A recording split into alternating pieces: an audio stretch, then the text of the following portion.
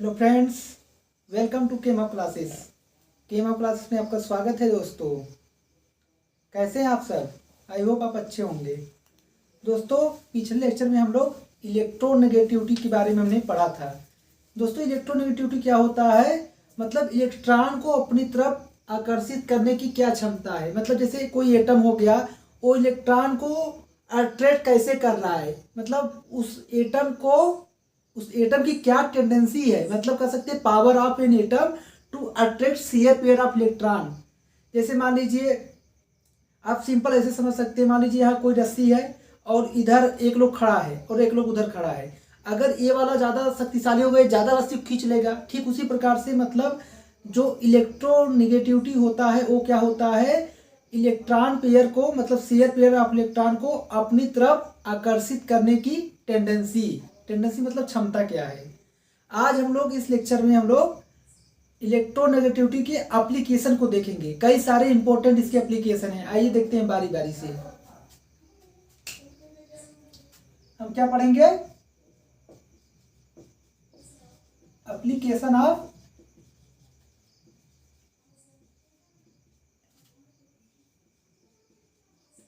Electronegativity. ठीक है, सबसे पहला हम क्या पढ़ेंगे इसका एप्लीकेशन, नोमेनक्लेचर। ठीक है दोस्तों, नोमेनक्लेचर का मतलब क्या समझते हो? मतलब नामकरण। जैसे मान लीजिए एक क्लास हो, किसी क्लास में मान लीजिए 10 बच्चे हो, और मान लीजिए टीचर बोला कि वो बच्चे खड़े हो जाओ।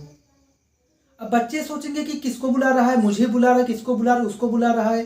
तो क्या होगा, मान लीजिए 2 बच्चे खड़े हो गए, या मान लीजिए कहीं कोई सम्मेलन है, आप खड़े हो जाओ, तो उसमें से कई लोग खड़े हो जाएंगे, उनको समझ नहीं आएगा किसको बुलाया जा रहा है। इसलिए अगर हम कह दें कि राधा तुम खड़ी हो जाओ, तो मतलब एक क्या होगा, पार्टिकुलर उसका नाम। तो क्लास में क्या होगा, जैसे कई सारे लड़के, सबका नाम अलग अलग रखा गया है। अगर हम कहें राधा तुम खड़ी हो जाओ, तो मतलब पार्टिकुलर राधा ही खड़ी होगी। और अगर हम नाम नहीं करेंगे तो कई सारे खड़े हो जाएंगे, इससे हमें कंफ्यूजन होगा। तो इसलिए अपने सुविधा अनुसार के लिए किसी पार्टिकुलर को हम सिलेक्ट कर पाए, या उससे हम बात कर पाए, या उसके बारे में पूछ पाए, इसलिए क्या किया गया, नामकरण किया गया, नोमेनक्लेचर कर दिया गया। मतलब किसी के बारे में हम आसानी से उसके बारे में जान सकते हैं पार्टिकुलर। और अगर नामकरण नहीं, नोमेनक्लेचर अगर हम नहीं करेंगे तो कई सारे होंगे। मान लीजिए क्लास में 10 बच्चे हैं, मैं कहा कि आप खड़े हो जाओ। अब तो बच्चे इधर उधर देखने लगेंगे कि सर किसको कर रहे हैं, मुझे कर रहे हैं, किसको कर रहे हैं। तो अगर मैं कह दिया कि शुभम तुम खड़े हो जाओ, तो शुभम पार्टिकुलर शुभम ही खड़ा होगा। ठीक है, इसलिए नोमेनक्लेचर किया गया। तो नोमेनक्लेचर हम देखेंगे, जैसे मान लीजिए 2 एटम है। ठीक है, मान लीजिए एक एटम ए है, एक एटम बी है। अगर मान लीजिए बी की, मान लीजिए कोई 2 एटम है। क्या है? 2 एटम, एक एटम ए है और बी है, और इनसे में मॉलिक्यूल बनानी है। और मान लीजिए बी की क्या है, इलेक्ट्रोनेगेटिविटी क्या है, हाई है, और ए की क्या है, इलेक्ट्रोनेगेटिविटी लो है। तो जब हम इनका नोमेनक्लेचर करेंगे, जब इनका नेमिंग करेंगे, हम कैसे करेंगे? जो मोर इलेक्ट्रोनेगेटिव वाला एटम होगा उसको हम बाद में लिखते हैं, और उसके सफिक्स में हम क्या जोड़ेंगे, RDE। ठीक है, जैसे आप ऐसे लिख सकते हो, if 2 atom have different electronegativity, ये का मतलब इलेक्ट्रोनेगेटिविटी। ठीक है, यदि 2 एटम हो और उनकी इलेक्ट्रोनेगेटिविटी अलग अलग हो,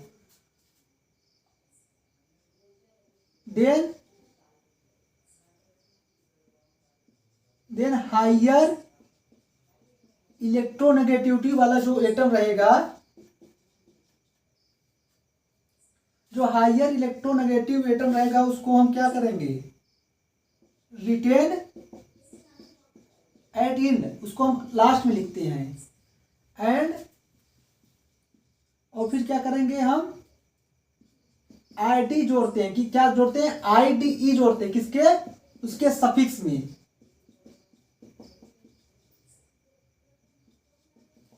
जैसे मान लीजिए, आप ऐसे समझिए, ए क्या है, HCl है, ठीक है।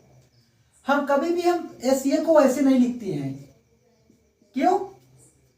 देखो, HCl में क्लोरीन क्या है, हमारी मोर इलेक्ट्रोनेगेटिव एटम है, मतलब इसकी इलेक्ट्रोनेगेटिविटी क्या है, हाई है, और हाइड्रोजन की इलेक्ट्रोनेगेटिविटी क्या है, लो है। तो रूल क्या कहता है, एप्लीकेशन पढ़े किसका, इलेक्ट्रोनेगेटिविटी का, कि जो मोर इलेक्ट्रोनेगेटिव एटम होगा उसको हमें बाद में लिखना है, बाद में लिख दिया, और जो लेस इलेक्ट्रोनेगेटिव एटम होगा उसको पहले लिखना है, ठीक है। Less electronegative atom is written start, एक इंड होता है स्टार्ट। जैसे यहां से मान लीजिए ये स्टार्टिंग है, तो स्टार्ट में हम क्या लिखेंगे, लेस इलेक्ट्रोनेगेटिव एटम को, और इंड में किसको लिखेंगे, जो मोर इलेक्ट्रोनेगेटिव एटम होगा, ठीक है। अब इसका जो नाम है वही लिखेंगे, हम क्या लिखेंगे, हाइड्रोजन, इसका नाम क्या है, हाइड्रोजन। और जो जिस एटम का इलेक्ट्रोनेगेटिविटी ज्यादा होगा उसके सफिक्स में हम क्या ऐड कर देंगे, IDE ऐड कर देंगे। जैसे इसका नाम क्या है, आप जानते हो, क्लोरीन है, क्या है, क्लोरीन है। तो हम क्या करेंगे, इसको हटाकर यहाँ का क्या ऐड कर देंगे, IDE, क्या हो जाएगा, क्लोराइड। ये क्या हो गया, हाइड्रोजन क्लोराइड। आपको समझ में आ रहा है कैसे नाम नेमिंग किया गया, नोमेनक्लेचर, मतलब on the basis of electronegativity, मतलब हम एप्लीकेशन पढ़े किसका, इलेक्ट्रोनेगेटिविटी का। ऐसे मान लीजिए IBr है, ठीक है। अब बताइए, डाउन द ग्रुप आने पे क्या होता है दोस्तों, इलेक्ट्रोनेगेटिविटी वैल्यू क्या होती है, डिक्रीज करती है। मतलब ब्रोमीन हमारा क्या है, इसकी इलेक्ट्रोनेगेटिविटी हाई है, आयोडीन की क्या है, इलेक्ट्रोनेगेटिविटी लो है। तो लो वाले को हमने पहले लिखा, और जिसकी इलेक्ट्रोनेगेटिविटी वैल्यू हाई है उसको हमने बाद में लिखा। अगर हमें इसका नोमेनक्लेचर करना हो, कैसे करोगे, इसको हम क्या कहते हैं, आयोडीन, इसका आप नाम लिख दो। लेस इलेक्ट्रोनेगेटिव एटम को हम क्या लिखते हैं, स्टार्ट में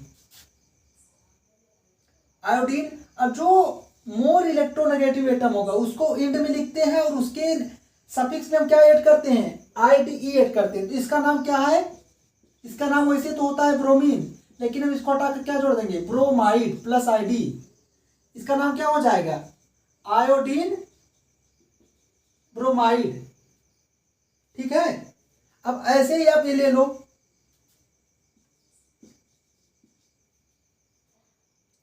क्या ऐसा ही लिखा गया है, गलत। हम इसको कभी भी ऐसे लिखते हैं, क्यों, क्योंकि क्लोरीन की इलेक्ट्रोनेगेटिविटी क्या है, ज्यादा है, किससे, ब्रोमीन से। तो सबसे पहले हम किसको लिखेंगे, लेस इलेक्ट्रोनेगेटिव एटम को पहले लिखा जाता है, तो इसको हम क्या बोलेंगे, ब्रोमीन, इसका नाम ब्रोमीन है। और इसका क्या नाम है, क्लोरीन है, लेकिन इसमें हम क्या जोड़ देंगे, मोर इलेक्ट्रोनेगेटिव एटम में हम सफिक्स IDE ऐड करते हैं। तो इसमें क्लोरीन है तो ID जोड़ देंगे, क्या हो जाएगा, क्लोराइड, इसका नाम क्या बन गया, ब्रोमीन क्लोराइड।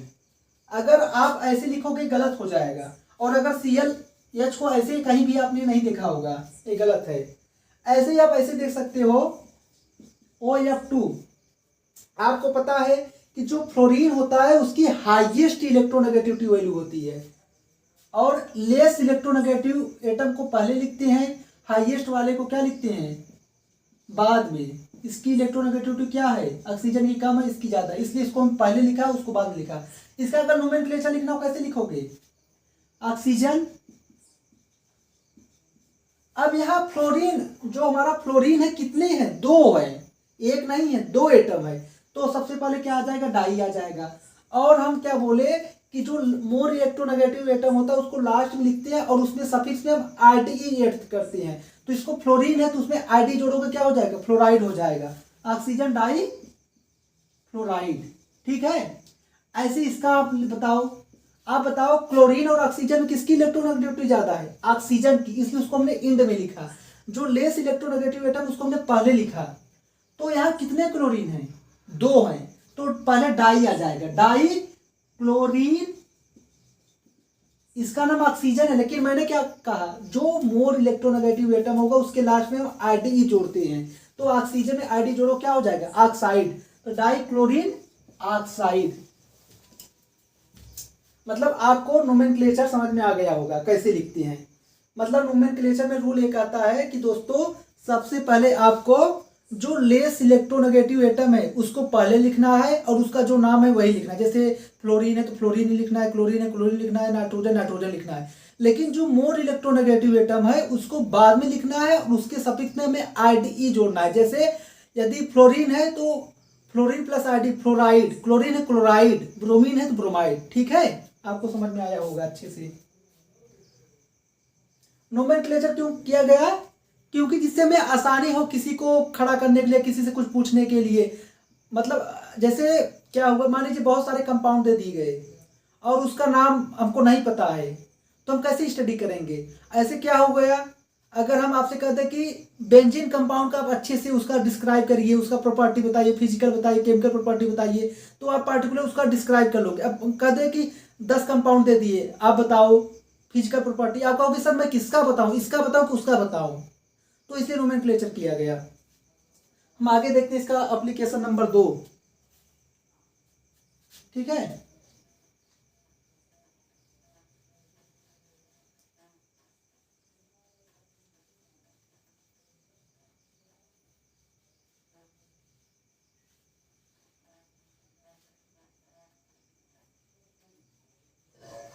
अब अगला एप्लीकेशन देखेंगे।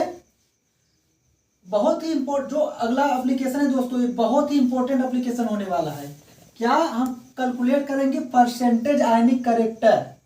क्या कैलकुलेट करेंगे, परसेंटेज आयनिक करेक्टर। दोस्तों सेकंड एप्लीकेशन क्या है, calculation of percentage ionic character. दोस्तों जैसे मान लीजिए ये क्या है, दो एटम है, दो सेम एटम है, क्या बना रहे हैं, कोवैलेंट बॉन्ड बनाते हैं। सिमिलर एटम क्या बनाते हैं, कोवैलेंट बॉन्ड। अगर हम इसको ले लें, क्या एक कोवैलेंट बॉन्ड बनाएंगे। हाँ, मैंने पहले लेक्चर में बताया था, पहले क्लास में, कि डी सिमिलर एटम भी क्या बनाते हैं, कोवैलेंट बॉन्ड बनाते हैं। ठीक है, अब इसमें दो केस आता है। अभी जब हमने दोनों सेम लिया था तो इसमें इलेक्ट्रोनेगेटिव डिफरेंस का कोई सवाल ही नहीं है। क्यों, क्योंकि अगर जैसे मान लीजिए ए है, मान लीजिए इलेक्ट्रॉन है, इलेक्ट्रॉन है, और शेयर करके मान लीजिए, अब जितनी इस इलेक्ट्रॉन क्लाउड को खींचने की टेंडेंसी इसकी होगी उतनी इसकी होगी। ठीक है, इसलिए इलेक्ट्रोनेगेटिविटी डिफरेंस इसमें क्या है, जीरो है। जीरो का मतलब इसमें कोई भी किसी पे भी कोई भी चार्ज आने का सवाल ही नहीं। मतलब इसमें कोई भी चार्ज नहीं आएगा, नहीं इस पे आएगा। मतलब ये क्या है, हमारा नॉन पोलर है। क्या है, नॉन पोलर है। मैंने कल की क्लास में बताया था, पिछले क्लास में। लेकिन अगर ये दोनों एटम सेम ना हो, डिफरेंट हो, इसमें दो सिचुएशन आता है। पहला ये हो कि यदि ए और बी का इलेक्ट्रोनेगेटिविटी क्या हो, सेम हो, मतलब करीब करीब सेम हो। और एक केस आता है जब इनकी इलेक्ट्रोनेगेटिविटी क्या हो, सेम ना हो, डिफरेंस हो। ठीक है, यदि इनके इलेक्ट्रोनेगेटिविटी में सिग्निफिकेंट डिफरेंस है, मतलब जो इनके बीच का इलेक्ट्रोनेगेटिविटी डिफरेंस है वो सिग्निफिकेंट है, तो हमें क्या देखने को मिलेगा, चार्ज सेपरेशन। और चार्ज सेपरेशन देखने को मिलेगा तो क्या होगा, इनकी एक एक साइड पे नेगेटिव चार्ज आएगा, एक साइड पे पॉजिटिव चार्ज आएगा। कंप्लीट चार्ज सेपरेशन नहीं होता है, पर चार्ज सेपरेशन होता है। तो जैसे मान लीजिए यहाँ पे क्या हो जाएगा, इसमें पार्शियल नेगेटिव आ जाता है, पार्शियल पॉजिटिव आ जाता है। और दोस्तों मॉलिक्यूल में यदि कोवैलेंट बॉन्ड में चार्ज सेपरेशन देखने को मिल रहा है, चार्ज सेपरेशन होने का मतलब है कहीं ना कहीं आयनिक करेक्टर क्या हो रहा है, इंट्रोड्यूस हो रहा है। मतलब जो हमारा चार्ज सेपरेशन है, जो चार्ज का सेपरेशन हो रहा है, ये कहीं ना कहीं किसको दर्शा रहा है, आयनिक करेक्टर को।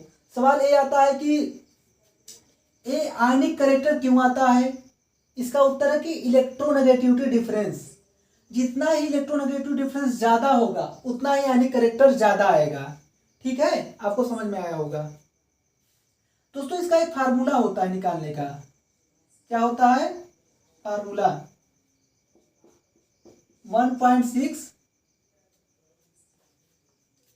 आप इसको याद कर लीजिएगा, बहुत इंपॉर्टेंट है। क्या निकालने का? परसेंटेज आयनिक करेक्टर। क्या होता है? 1.6 delta x plus 3.5 delta x का स्क्वायर। ये क्या है? परसेंटेज आयनिक करेक्टर निकालने का फार्मूला है। आप इस पर डबल स्टार कर लो, इंपॉर्टेंट है। इससे ज़्यादा करके क्वेश्चन आते रहते हैं एग्जाम में, जैसे जेई हो गया, नीट हो गया। दोस्तों ये डेल्टा एक्स क्या है? ए क्या है?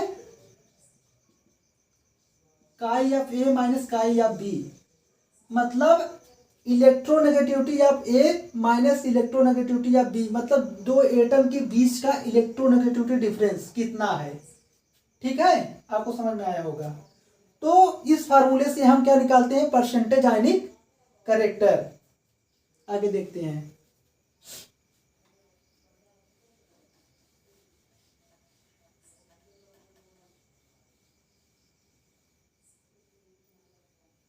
इसको आप ऊपर लिख लेते हैं।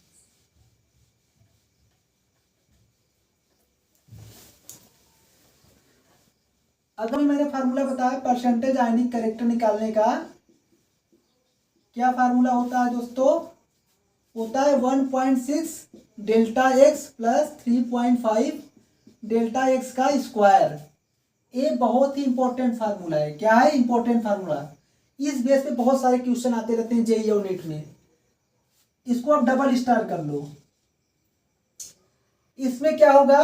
ये डेल्टा एक्स क्या बता रहा है दोस्तों? आपका डेल्टा एक्स बता रहा है कि chi of A minus chi of B, मतलब electronegativity of A minus electronegativity of B. जैसे ए और बी दो एटम हो, इनका इलेक्ट्रोनेगेटिविटी डिफरेंस कितना है, उसी को डेल्टा एक्स बता रहा है। ठीक है, मान लीजिए आपसे बोल दिया जाए percentage ionic character in HCF, आपसे पूछ लिया जाए कि आयनिक करेक्टर क्या होगा एचसीएफ में। दोस्तों मैंने कल एक आपको टेबल बताया था। क्या? Hydrogen, lithium, beryllium, boron, carbon, nitrogen, oxygen, fluorine बताया था ना। फिर chlorine, bromine, iodine, sodium, potassium, rubidium, caesium, francium. आपको मैं इलेक्ट्रोनेगेटिविटी वैल्यू याद करने की ट्रिक बताने जा रहा हूँ। यहाँ क्या आएगा? Magnesium, aluminium, silicon, phosphorus, sulphur. ठीक है, आप सिर्फ दो वैल्यू याद कर लो। एक हाइड्रोजन का इलेक्ट्रोनेगेटिविटी वैल्यू क्या है? 2.1। एक फ्लोरीन कितना होता है? 4.0। दोस्तों ये जो इलेक्ट्रोनेगेटिविटी वैल्यू जो मैं बता रहा हूँ, इसको पालिंग स्केल पे मेजर किया गया है। एक रिलेटिव वैल्यू होता है। ठीक है, अब क्या होगा? 0.5 घटाते आओ। यहाँ क्या होगा? 3.5, 3.0 ऐसे ऐसे होता है। यहाँ पर क्या होगा? 3 होता है। इसका क्या होता है? 2.8। इसका क्या होता है? 2.5। इसका क्या होगा? 2.5 ऐसे ऐसे। इसका क्या होता है? सोडियम का 0.9। इसका क्या होता है? 0.8। इसका क्या होता है? 0.8। इसका क्या होता है? 0.7। इसका 0.7। ठीक है, अब मुझसे बोला गया कि आप एचसीएफ में परसेंटेज आयनिक करेक्टर निकालिए। जो एचसीएफ है हमारा मॉलिक्यूल, इसमें आयनिक करेक्टर कितनी परसेंटेज में है। दोस्तों मैं बताया कि जो फ्लोरीन है इसका इलेक्ट्रोनेगेटिविटी वैल्यू कितना होता है? 4.0। इसका कितना होता है? 2.1। ठीक है, तो हम डेल्टा एक्स निकालेंगे। काई या फ्लोरीन हम हाई में से लो वैल्यू घटाते हैं। ठीक है, या मार्क दिया गया वैसे भी आप चाहे लो में से घटाओ तो भी रिजल्ट पॉजिटिव ही आएगा। 4, इसका इसका कितना है? 2.1। कितना आएगा? अब घटा दो।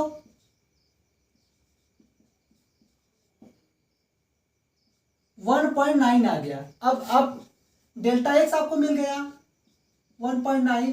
अब इस वैल्यू को उठाकर इस फार्मूले में रख दो, आपको परसेंटेज आयनिक करेक्टर मिल जाएगा। क्या रखोगे? 1.6 इंटू में 1.9 प्लस 3.5 इंटू में 1.9 का स्क्वायर, आप कब सॉल्व करोगे 43% के करीब आता है। ठीक है, मतलब एचएफ में जो परसेंटेज आयनिक करेक्टर है कितना आ रहा है 43%, मतलब समझ रहे हो काफी ज्यादा आयनिक करेक्टर है इसमें। ठीक है दोस्तों, एक बात और आप जान लो, जैसे यदि डेल्टा एक्स 1.7 आता है या डेल्टा एक्स 1.7 से ज्यादा आता है और 1.7 से कम आता है, इसको मैं कहाँ लिखूं, आप वहां लिख लो, इसको सेपरेट जगह, इसको आप याद कर लेना। जैसे यहाँ पे यदि डेल्टा एक्स मतलब जो इलेक्ट्रोनेगेटिविटी डिफरेंस यदि 1.7 है तो समझ लो वहां पे 50% आयनिक करेक्टर है और 50% क्या है कोवैलेंट है। ठीक है, ये क्या है कोवैलेंट।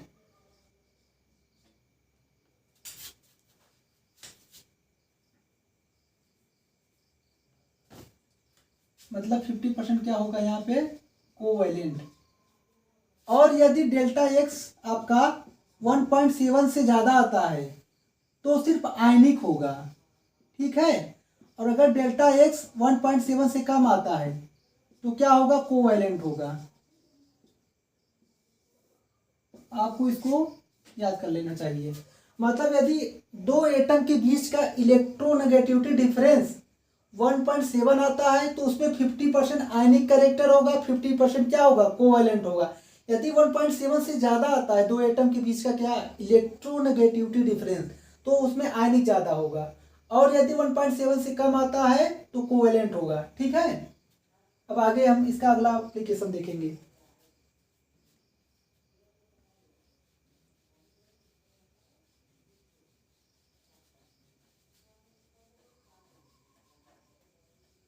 अब हम अगला एप्लीकेशन देखेंगे इसका कि जो हमारा कोवैलेंट बॉन्ड है वो पोलर होगा कि नॉन पोलर होगा, हम कैसे जानेंगे।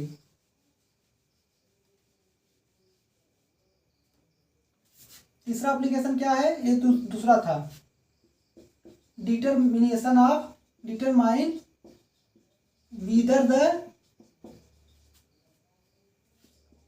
covalent bond is polar और नॉन पोलर। ठीक है, हमको ये बताना है, तो इसका आपको ये पता होना चाहिए यदि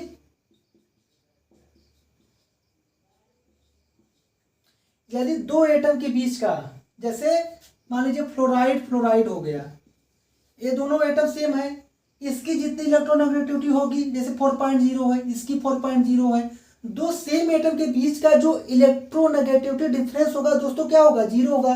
4.0 में से 4.0 माइनस क्या आएगा जीरो आएगा, तो ये क्या होगा नॉन पोलर, यानी मतलब क्या है नॉन पोलर, मतलब नॉन पोलर। ठीक है, और यदि मान लीजिए दो एटम के बीच का इलेक्ट्रोनेगेटिव डिफरेंस करीब करीब सेम है, एग्जैक्टली सेम नहीं है, तो अभी वो क्या कहलाएगा नॉन पोलर। लेकिन यदि इलेक्ट्रोनेगेटिविटी डिफरेंस ज्यादा है दो के एटम के बीच में तो वो क्या हो जाएगा पोलर हो जाएगा। क्या हो जाएगा पोलर हो जाएगा। ठीक है, समझ में आया आपको। जैसे जो HCl होता है, क्लोरीन का इलेक्ट्रोनेगेटिविटी कितना होता है 2.3 होता है ना 3.0, इसका क्या होता है 2.1 होता है, तो जीरो से क्या आ रहा है ज्यादा आ रहा है 0.9 आ रहा है ना, मतलब जीरो से ग्रेटर है, जो इलेक्ट्रोनेगेटिविटी डिफरेंस आ रहा है इनके बीच वो जीरो से ज्यादा, मतलब इसमें जो बॉन्ड है क्या है पोलर है। ठीक है, ऐसे क्लोरीन हो गया N2 हो गया, ये सब नॉन पोलर है। अब हम क्या देखेंगे इसका अगला एप्लीकेशन, अगला एप्लीकेशन क्या देखेंगे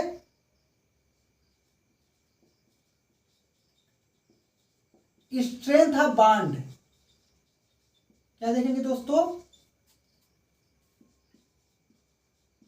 स्ट्रेंथ ऑफ बॉन्ड, मतलब जो ये बॉन्ड है जैसे HCl के बीच में बॉन्ड है F2 के बीच में बॉन्ड है, ये कितना ज़्यादा स्ट्रांग है, कितना ज़्यादा वीक है। जैसे मान लीजिए, देखो ये जो बॉन्ड का स्ट्रेंथ है किसके बेसिस पे डिसाइड होता है?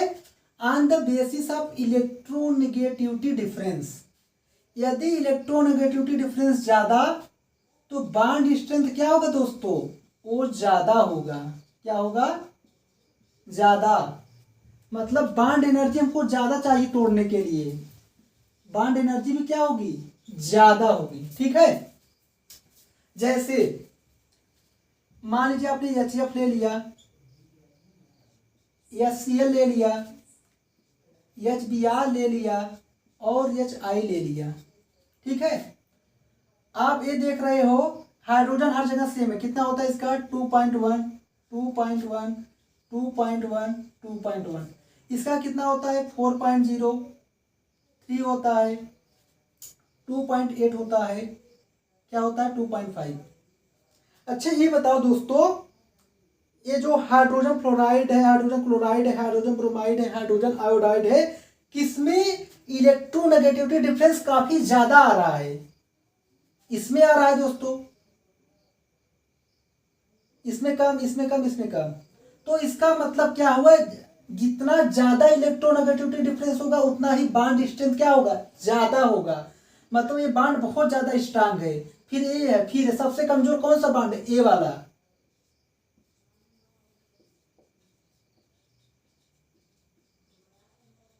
ये क्या ऑर्डर बता रहा हूं? बॉन्ड स्ट्रेंथ का। ठीक है।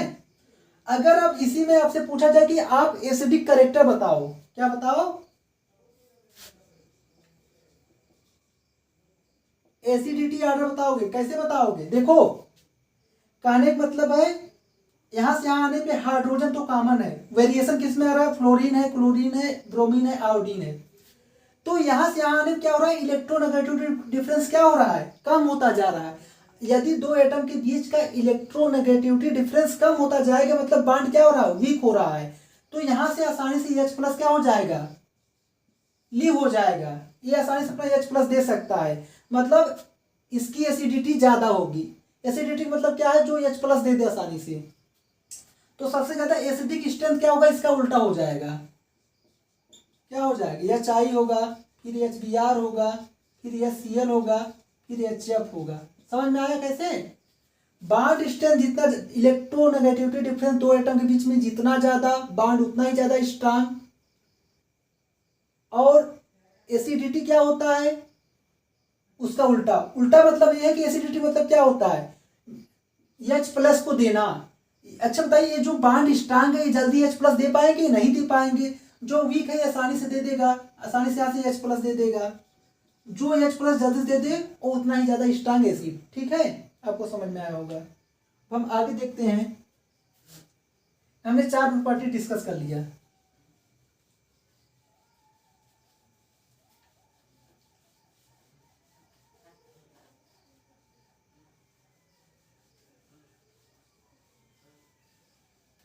अब अगला देखेंगे कि दिया हुआ कंपाउंड एसिडी है कि बेसिक है, कैसे हम जानेंगे। पांचवा क्या हम देख रहे हैं? Factor determination. हम क्या पढ़े दोस्तों? एप्लीकेशन पढ़े किसका? इलेक्ट्रोनेगेटिविटी का। Determination whether the compound is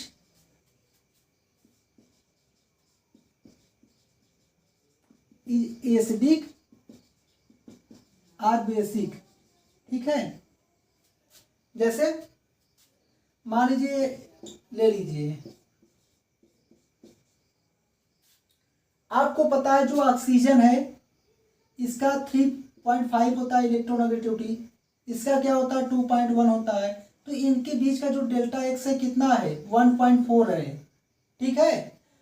अच्छा बताइए, ऑक्सीजन की इलेक्ट्रोनेगेटिविटी वैल्यू ज़्यादा है, हाइड्रोजन को कम है, तो partial negative charge electron cloud किसकी तरफ शिफ्ट होंगे? जो ज़्यादा इलेक्ट्रोनेगेटिव है। जो ज़्यादा होगा इलेक्ट्रॉन को स्ट्रांगली अपनी तरफ अट्रैक्ट करेगा। तो इसमें क्या आता है? Partial delta negative, partial delta positive. अच्छा आप ये बताइए, यहाँ हमको पता नहीं है क्या है? अभी अननोन है। क्या है? अननोन। कौन सा यहाँ एटम होगा, एलिमेंट होगा, हमको पता नहीं है। लेकिन आप थोड़ा सा दिमाग लगाइए। यहाँ अगर हम फ्लोरीन रख दें, फ्लोरीन की क्या होती है 4.0 होती है इसकी इलेक्ट्रोनेगेटिविटी वैल्यू, ठीक है। लेकिन यहाँ फ्लोरीन हो नहीं सकता, तो हो नहीं सकता क्योंकि इसका इलेक्ट्रोनेगेटिविटी वैल्यू कितना होता है 4.0 होता है। अगर हम यहाँ फ्लोरीन ले लेंगे मतलब ये मॉलिक्यूल क्या बन जाएगा एफ हो जाएगा। और आपने कभी भी ऐसा कंपाउंड देखा है? नहीं देखा है, तो फ्लोरीन नहीं हो सकता। और अगर फ्लोरीन नहीं हो सकता तो आपने ये जानते हो अच्छे से कि पीरियोडिक टेबल में सबसे ज्यादा इलेक्ट्रोनेगेटिविटी वैल्यू किसकी होती है? फ्लोरीन होती है। उसके बाद किसकी होती है? ऑक्सीजन। अगर यहाँ फ्लोरीन नहीं होगी, आप इसकी जगह जो भी एटम रखोगे उसकी इलेक्ट्रोनेगेटिविटी वैल्यू हमेशा इससे क्या आने वाली है? कम आने वाली है। तो अगर इससे यहाँ वाले एटम का इलेक्ट्रोनेगेटिविटी वैल्यू कम आएगी तो पक्का यहाँ क्या आने वाला है? डेल्टा पॉजिटिव आने वाला है। आपको समझ में आया? फिर से देखो, ये हमने लिया कोई मान लीजिए मॉलिक्यूल, ऑक्सीजन और हाइड्रोजन के बीच हमें पता है कि ऑक्सीजन की इलेक्ट्रोनेगेटिविटी वैल्यू हाई होती है। अगर दोस्तों ये हाई होती है तो इलेक्ट्रॉन क्लाउड जो है, इलेक्ट्रॉन शेयर इलेक्ट्रॉन होगा इसकी तरफ ज्यादा शिफ्ट होंगे, इस पे पार्ट से डेल्टा नेगेटिव आएगा, उस पे पार्ट से डेल्टा पॉजिटिव आएगा क्योंकि उसकी तरफ इलेक्ट्रॉन क्लाउड कम शिफ्ट होंगे। और यहाँ पे हमको पता नहीं है, लेकिन अगर हम फ्लोरीन रखते हैं तो उससे इसकी ज्यादा इलेक्ट्रोनेगेटिविटी वैल्यू होगी। क्यों? क्योंकि हम जानते हैं कि पीरियोडिक टेबल में ऑक्सीजन से सबसे ज्यादा सिर्फ एक ही है जो है फ्लोरीन, उसकी इलेक्ट्रोनेगेटिविटी वैल्यू ऑक्सीजन से ज्यादा होती है। लेकिन ये फ्लोरीन को हम रख नहीं सकते क्योंकि ऐसा कंपाउंड हमने कभी देखा नहीं है। और बाकी फ्लोरीन को छोड़कर आप कोई भी यहाँ एटम रखोगे तो उसकी इलेक्ट्रोनेगेटिविटी वैल्यू हमेशा इससे कम आने वाली है। इसका मतलब अगर यहाँ जो भी एटम होगा उसकी इलेक्ट्रोनेगेटिविटी वैल्यू अगर कम आ रही तो मतलब उस पर क्या आएगा? डेल्टा पॉजिटिव आएगा। दोस्तों अगर मान लीजिए क्या है, यहाँ क्या है? डेल्टा पॉजिटिव है, तो जो वाटर के मॉलिक्यूल होंगे क्या लगा रहेंगे? फोर्स ऑफ अट्रैक्शन लगा रहेंगे। इस पे क्या लगा रहेंगे?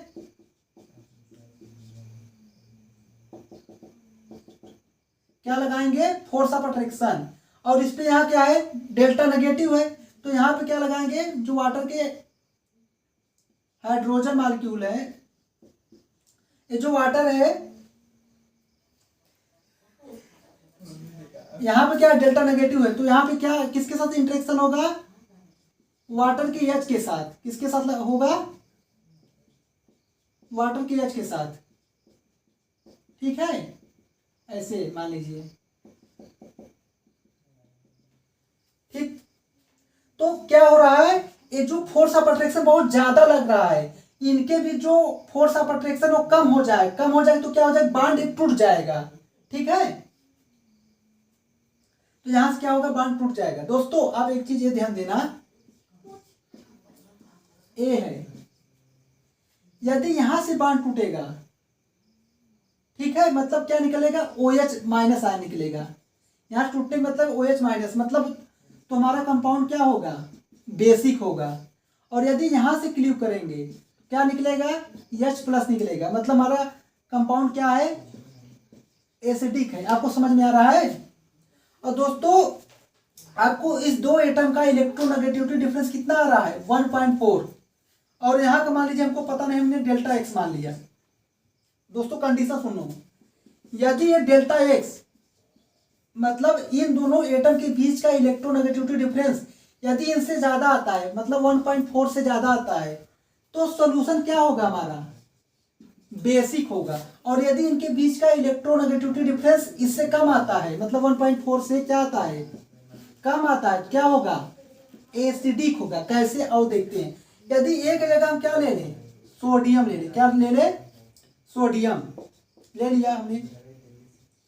सोडियम क्या होता है? 0.9, इसका क्या होता है? 3.5, इसका क्या होता है? 2.1।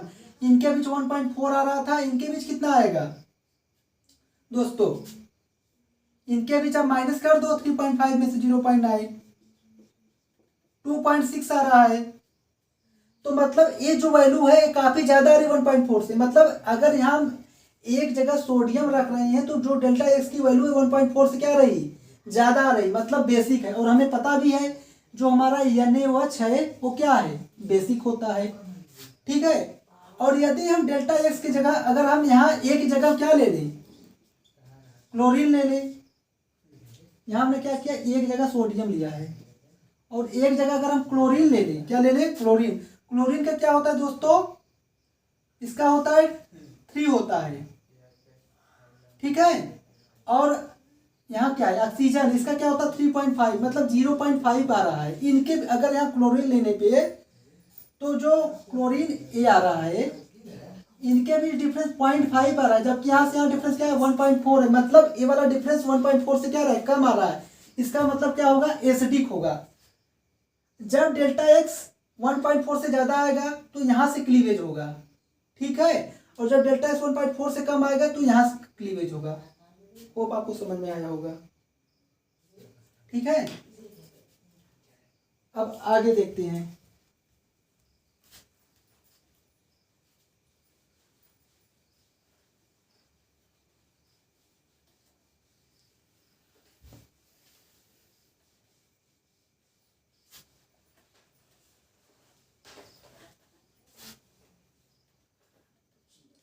अब अगला एप्लीकेशन क्या होता है दोस्तों, बॉन्ड लेंथ। दोस्तों बॉन्ड लेंथ का मतलब क्या है, मतलब बॉन्ड के बीच की दूरी, वही है बॉन्ड लेंथ। जैसे हमने वंडरवॉल रेडियस में क्या पढ़ा था, ये 2 एटम है, जितने क्लोज आ सकते थे आगे उससे क्लोज लाओगे दूर भागने लगेंगे।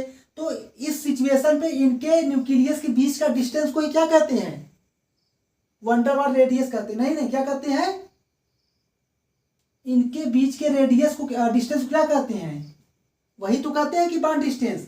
मतलब एक एटम है, एक एटम है, इसका न्यूक्लियस यहाँ पे, इसका न्यूक्लियस यहाँ पे है, इसीलिए हम क्या बोलते हैं, इंटर न्यूक्लियर डिस्टेंस। ये जो इंटर न्यूक्लियर डिस्टेंस है मतलब क्या है, एक तरह से क्या है, बॉन्ड लेंथ ही ना, इनके बीच क्या है, बॉन्ड बन रहा है। और अगर इसका हम आधा आधा कर दे क्या हो जाएगा, वो वंडरवॉल रेडियस निकल जाएगा, हमने बताया था, ठीक है। तो जैसे मान लीजिए ए है, ए बी है सपोज, तो डी ए बी हम कैसे कैलकुलेट करते हैं, R A plus R B minus 0.09 chi A minus काई बी। आपको ये फार्मूला मैंने बताया था किस लेक्चर में, जिसमें मैंने वंडरवॉल रेडियस पढ़ाया था। आर ए क्या है, इसकी रेडियस, आर बी क्या है, इस एटम की रेडियस, माइनस 0.09, बाकी इसका जो ए एटम का इलेक्ट्रोनेगेटिविटी है माइनस बी एटम का इलेक्ट्रोनेगेटिविटी है। समझ में आ रहा है, मतलब ये हमने 2 एटम लिया, ये जितने क्लोज आ सकते थे आ गए। उस सिचुएशन पे इनके न्यूक्लियस का जो डिस्टेंस है, ये जो डिस्टेंस यही तो हमारा बॉन्ड लेंथ है, मतलब बॉन्ड के बीच की दूरी, ठीक है। अब हम लास्ट एप्लीकेशन इसका देखेंगे, metallic and non metallic character. क्या देखेंगे दोस्तों, metallic and non metallic character, छठवां application, metallic and non metallic character. दोस्तों इलेक्ट्रोनेगेटिविटी वैल्यू अगर हाई है, इसका मतलब क्या, नॉन मेटल। नॉन मेटल का मतलब क्या होता है, नॉन मेटल किसे कहते हैं, यदि एटम की टेंडेंसी इलेक्ट्रॉन को एक्सेप्ट करने की ज्यादा हो और इलेक्ट्रॉन लेकर क्या बना ले, नेगेटिव आयन, तो वो क्या कहलाएगा, नॉन मेटल। मतलब उसकी इलेक्ट्रोनेगेटिविटी वैल्यू क्या होगी, हाई होगी। हाई होने क्या होगी, उसकी टेंडेंसी ज्यादा होगी इलेक्ट्रॉन को एक्सेप्ट करने की। लेकिन यदि इलेक्ट्रोनेगेटिविटी वैल्यू क्या होगी, लो होगी, क्या हो, लो, तो क्या कहलाएगा, मेटल। मेटल टेंडेंसी क्या होती है, इलेक्ट्रॉन की देने की टेंडेंसी ज्यादा होती है। जैसे मान लीजिए अगर हम पूछे लिथियम और सोडियम हो, क्या हो, मान लीजिए न्यूक्लियस है लिथियम का, पहले सेल में कितने इलेक्ट्रॉन, 2, इसमें 1 है। और सोडियम का है, मान लीजिए उसका न्यूक्लियस है, पहले में 2 इलेक्ट्रॉन, दूसरे में 8, ठीक है, तीसरे में 1 इलेक्ट्रॉन। अब बताइए इसका न्यूक्लियस और इसके न्यूक्लियस से जो आउटर मोस्ट इलेक्ट्रॉन है डिस्टेंस ज्यादा है तो अट्रैक्शन कम है, लेकिन ये जो इलेक्ट्रॉन है न्यूक्लियस के पास है। तो अच्छा ये बताओ सोडियम जल्दी अपना इलेक्ट्रॉन लूज करेगा कि लिथियम करेगा, सर सोडियम करेगा। क्यों करेगा दोस्तों, क्योंकि सर इसका इलेक्ट्रॉन न्यूक्लियस से दूर होने नाते अट्रैक्शन बहुत कम है, ये इजली इलेक्ट्रॉन दे देगा, ये इतना इजली नहीं देगा। मतलब ये बनाएगा क्या, बाद में लिथियम प्लस बनाएगा, सोडियम प्लस बनाएगा। इसका मतलब क्या हुआ, डाउन द ग्रुप आ रहा हूं तो मेटालिक कैरेक्टर क्या हो रहा है, बढ़ रहा है। समझ में आया आपको। अगर मैं ये कहूं नॉन मेटल, जैसे एक F हो गया, एक क्लोरीन हो गया, अब डाउन द ग्रुप आ रहे हैं, ठीक है। क्लोरीन का क्या है, साइज छोटा है, और क्लोरीन का साइज क्या है, बड़ा है, ठीक है। लेकिन फ्लोरीन का साइज क्या है, छोटा है, तो जो आउटर मोस्ट शेल होगा वो जो आउटर मोस्ट शेल होगा वो न्यूक्लियस काफी क्लोज होगा, तो काफी क्लोज के नाते वो न्यूक्लियस जो होगा इलेक्ट्रॉन को इजिली अट्रैक्ट कर लेगा। लेकिन जब जैसे ऐसे देख लो आप, मान लीजिए क्या फ्लोरीन का न्यूक्लियस है, क्या होता है 2 7 होता है, पहले में 2 इलेक्ट्रॉन, लास्ट में कितने हैं, सेकेंड सेल में 7 इलेक्ट्रॉन है, ठीक है। अब फ्लोरीन क्या होगा, साइज इसका बड़ा होगा, मान लीजिए न्यूक्लियस है, पहला सेल, दूसरा सेल, तीसरा, इसमें क्या होगा, साइज बढ़ जाएगी। कब साइज बढ़ जाएगी तो इसमें जो डिस्टेंस होगी न्यूक्लियस और इलेक्ट्रॉन की दूर हो जाएगी, डिस्टेंस दूर हो जाएगी, और जितना डिस्टेंस न्यूक्लियस के पास रहेगा, मतलब कहने मतलब जो आउटर मोस्ट सेल है वो न्यूक्लियस जितना क्लोज रहेगा उतना अट्रैक्शन ज्यादा होगा।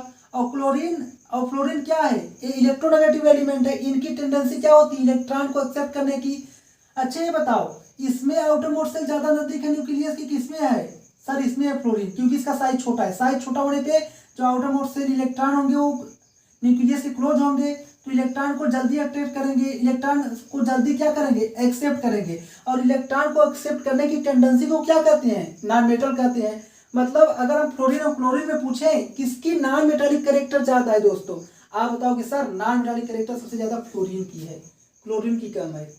क्यों, क्योंकि सर क्लोरीन का साइज ज्यादा, क्योंकि नंबर ऑफ सेल बढ़ जाते हैं, electron number of shell add हो जाते हैं, और साइज ज्यादा होने से इलेक्ट्रॉन न्यूक्लियस के बीच की दूरी बढ़ जाती है, अट्रैक्शन कम होता है, इजीली वो इलेक्ट्रॉन को एक्सेप्ट नहीं कर पाता है। होप आपको समझ में आया होगा। दोस्तों आपको ये सेशन पसंद आया हो तो लाइक शेयर और सब्सक्राइब करना ना भूलें। मिलते हैं नेक्स्ट वीडियो में, धन्यवाद।